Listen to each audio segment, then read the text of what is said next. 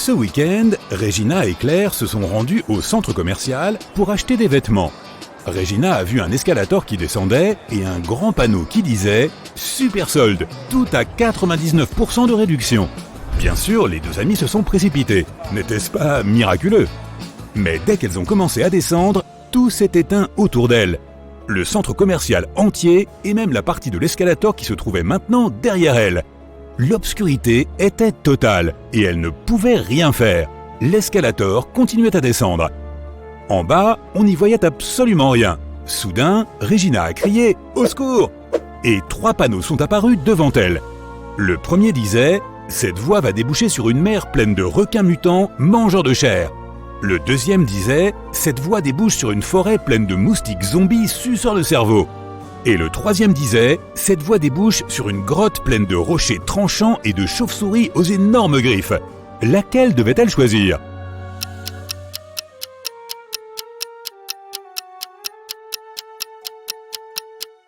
Les chauves-souris sont inoffensives, si on ne les provoque pas, avec ou sans griffes géantes.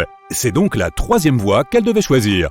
Et pour ce qui concerne les rochers tranchants, elle n'avait qu'à veiller à ne pas poser le pied au mauvais endroit.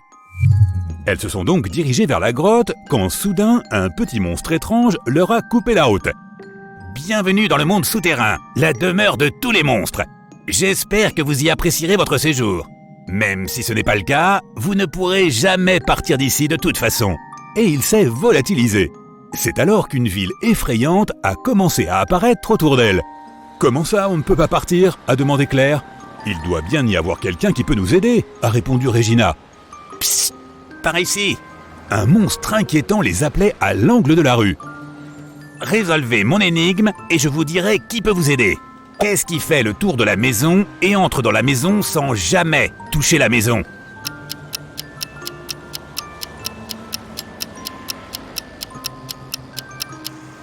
C'est le soleil. Et si vous voulez le revoir, allez au restaurant Cantina Ella et trouvez le seul humain présent. Il pourra vous aider. Puis, le monstre est parti. Regina et Claire ont trouvé le restaurant, mais il y avait un garde à l'entrée. Le mot de passe. Nous ne le connaissons pas, a dit Regina. Le garde leur a tendu un bout de papier avec des numéros écrits dessus. Le numéro qui suit cette série est le code qui vous permettra d'entrer. Qu'est-ce que tu en penses ?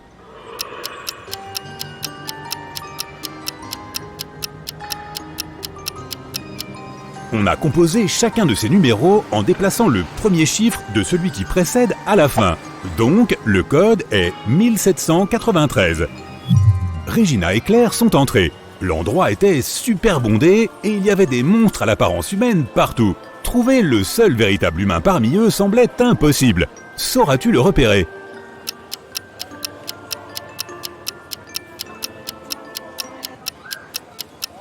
Tous ces monstres ont bien l'air humains, mais si tu regardes d'un peu plus près, tu verras leur queue, leurs crocs, leurs cornes, j'en passe et des meilleurs. Mais cet homme-là n'a aucun de ces attributs. Ce doit donc être la personne qu'elle recherche. Regina et Claire se sont approchées de l'homme. Il s'appelait Eddie.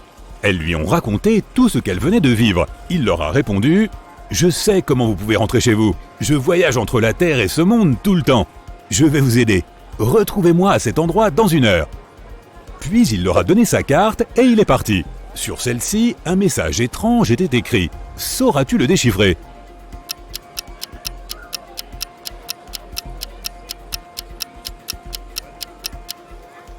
Tu dois remplacer chacune des lettres par la lettre qui la précède dans l'alphabet. Ça dit donc le commissariat. Comme Regina et Claire avaient faim, elles ont décidé de commander quelque chose à manger. Le serveur leur a apporté 3 desserts différents. Lequel devrait-elle choisir ?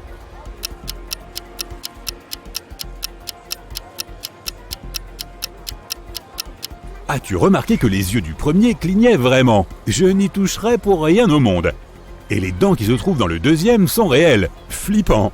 Mais les vers de terre du troisième dessert sont en gélatine. Et tout autour, ce ne sont que des miettes de chocolat. C'est donc ce dessert qu'elle devra choisir.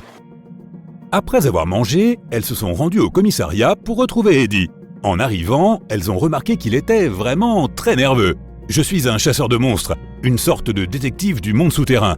Et j'ai capturé un monstre extrêmement dangereux appelé Winona. Mais elle s'est échappée de sa cellule. Je ne sais pas comment elle a fait. » Claire a immédiatement compris comment elle s'était évadée. Peux-tu toi aussi le deviner?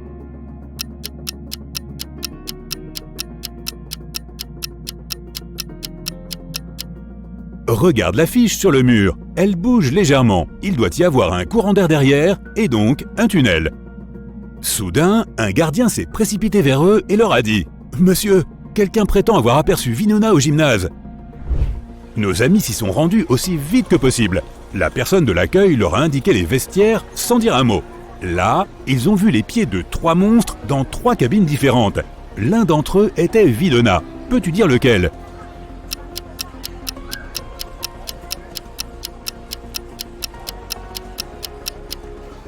Te souviens-tu de ce que les autres prisonniers portaient tous?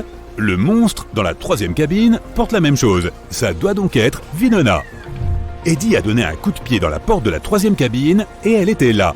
Cependant, Winona semblait extrêmement calme pour un monstre sur le point de retourner en prison. « Ah, pas si vite !» a-t-elle dit en faisant apparaître 4 clones d'elle-même. Il y avait maintenant 5 Winona devant eux. Je vais vous donner un indice pour deviner qui est le vrai moi, et je vous laisserai me ramener en prison seulement si vous acceptez de me placer dans la cellule la plus luxueuse. On dit toutes les Winona en même temps. Eddie ne pouvait qu'accepter. Le 1er et le 4e clone ont dit que c'était le 5e qui était la vraie Winona. Les 2e et 3e ont dit que c'était le clone numéro 1 qui était la vraie. Et le 5e clone a dit que c'était le 2e, le véritable monstre. Une seule de ces déclarations était vraie, et les 4 autres étaient mensongères. Alors, quelle est la vraie Winona selon toi?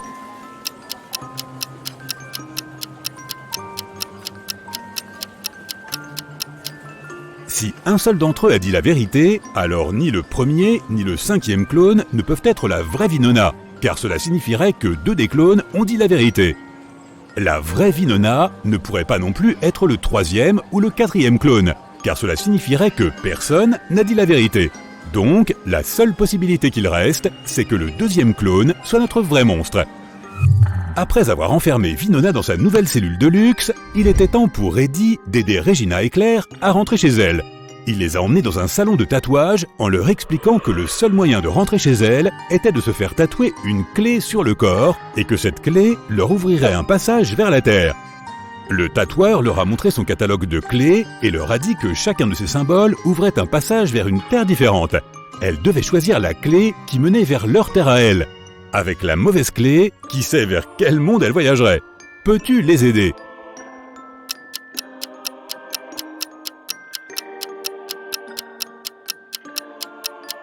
Tu te souviens qu'Eddie leur a dit qu'il voyageait tout le temps vers la Terre.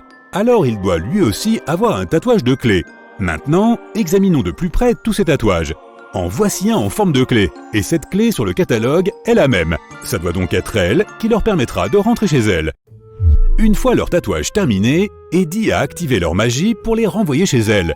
Regina et Claire ont soudain eu le vertige, comme si elles venaient de tomber dans le terrier d'un lapin. Puis, elles se sont réveillées dans leur chambre, chez elles. Mais alors, rien de tout cela n'était réel? Y a-t-il un moyen, selon toi, de savoir s'il s'agissait d'un rêve ou non?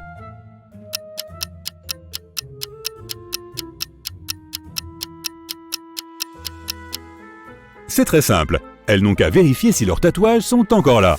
Eh oui, les voilà. Elles n'avaient aucun tatouage quand elles se promenaient encore dans le centre commercial. Tout ça est bien bizarre.